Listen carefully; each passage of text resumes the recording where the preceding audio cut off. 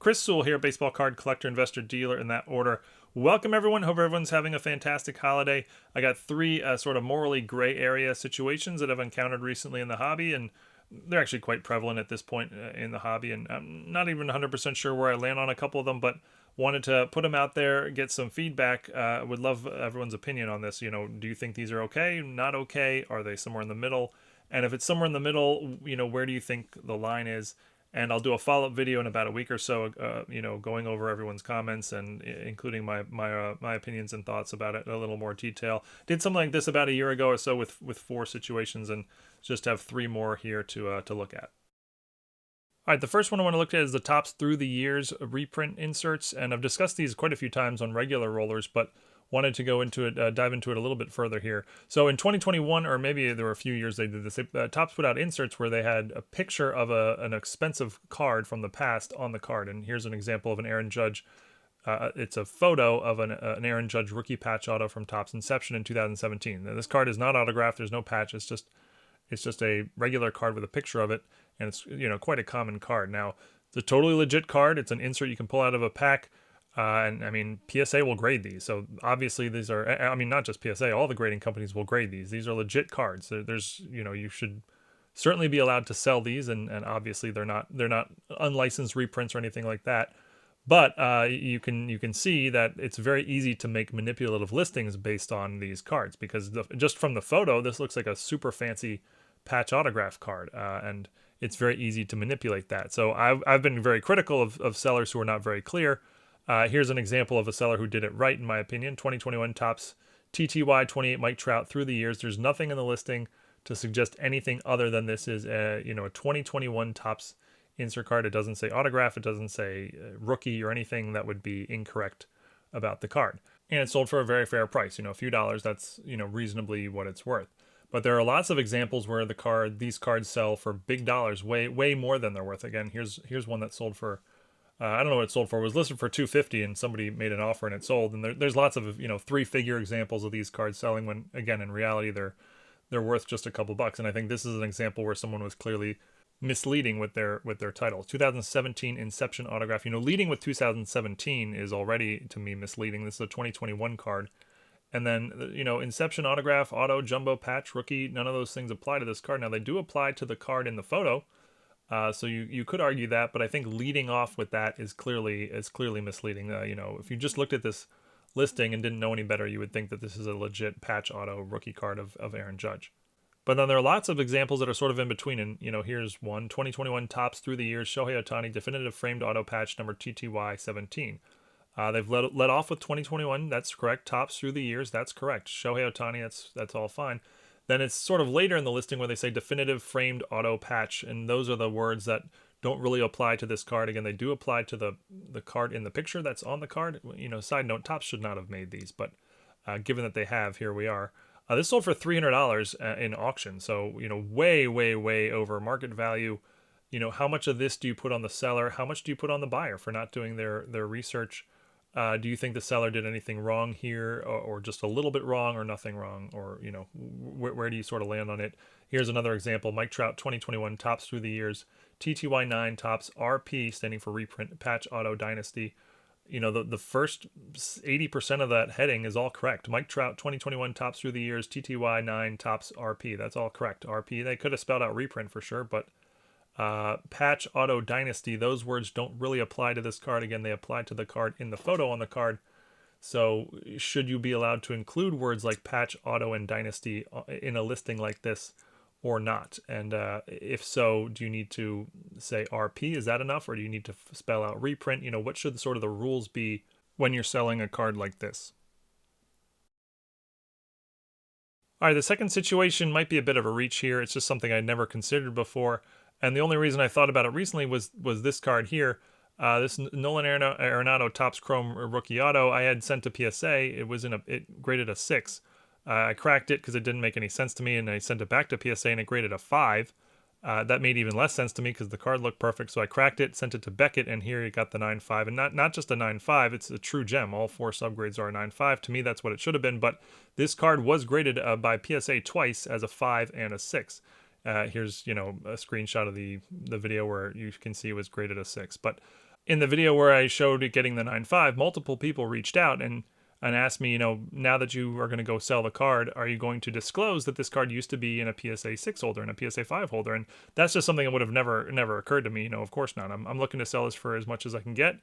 Why would I mention something like that that's going to clearly or potentially hurt the value of the card? It's safely in a BGS 9.5 holder. Beckett's a legit grading company. They're calling it gem mint. Why would I possibly reveal that this used to be in a PSA 5 holder? But it did get me thinking, maybe that is something we should do as a hobby. If I was a buyer of an expensive card and one of the major grading companies considered it no good or, a low grade, yeah, I'd want to know that. And you can apply that to anything, right? If you could apply that to an autograph, if you sent a really expensive autographed item to, PSA and it didn't pass, and then you sent it to Beckett and it did pass, well, autograph authentication, just like grading, is subjective. It's just a human being's opinion. And, if you were a buyer of something and you wanted to know if an autograph was legit and it had been looked at by two experts and one said yes and one said no, yeah, you'd want to know that, right? I mean, here's another card of mine. This is a 1986 Fleer Michael Jordan.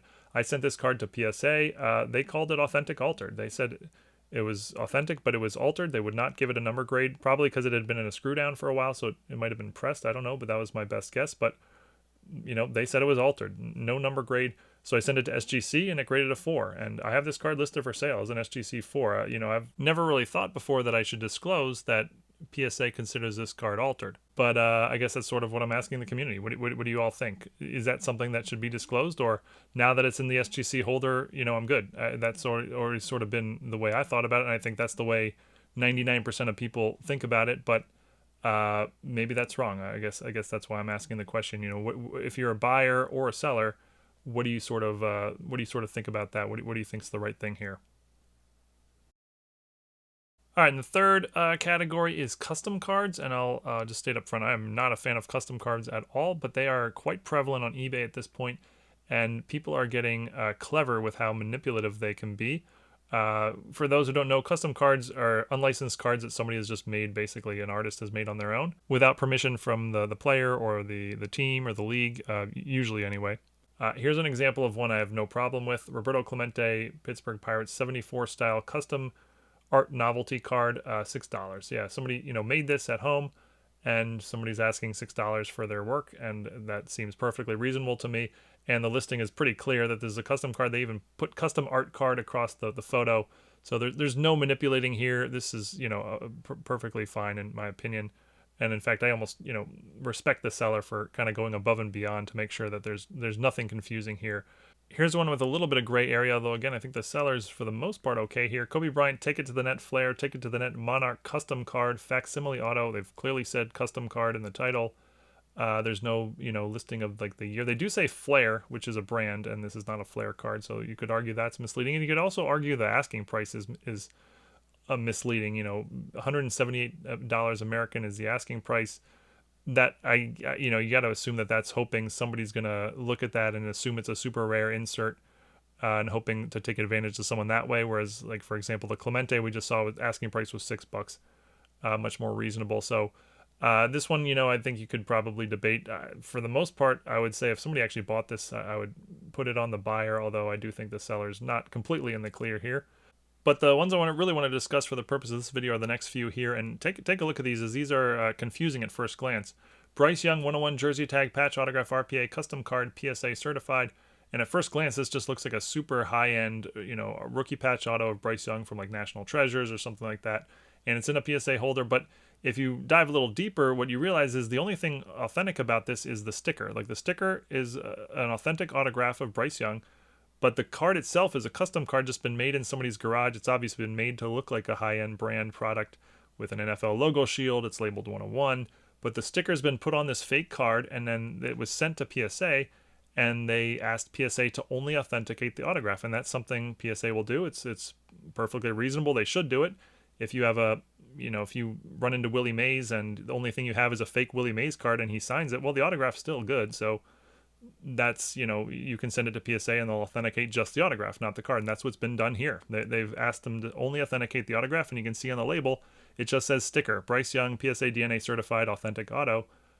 So this is a legit PSA holder, and it's a legit auto. But obviously it's made to look like a legit expensive card. Asking price is $500, basically $500 for a little plastic sticker with Bryce Young's autograph on it. Here's another example of the exact same thing. 2023 Brock Purdy 101 NFL Shield PSA 10 patch auto gold. Again, only thing legit is the sticker auto that's been put on this custom card that's made to look like a high-end brand product, and it was sent to PSA.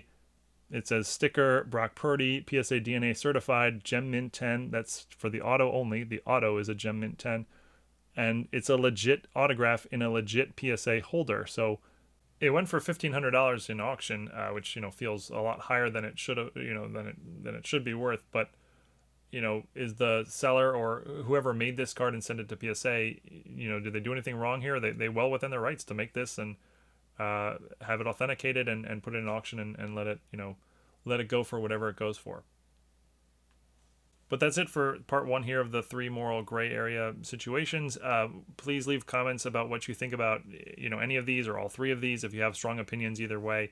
And like I said, I'll sort of compile all the comments and do a follow-up video in roughly a week or 2, just sort of going over them all and any additional thoughts I have then. But really appreciate everyone watching as always, and see you all again next time. Thanks, everyone.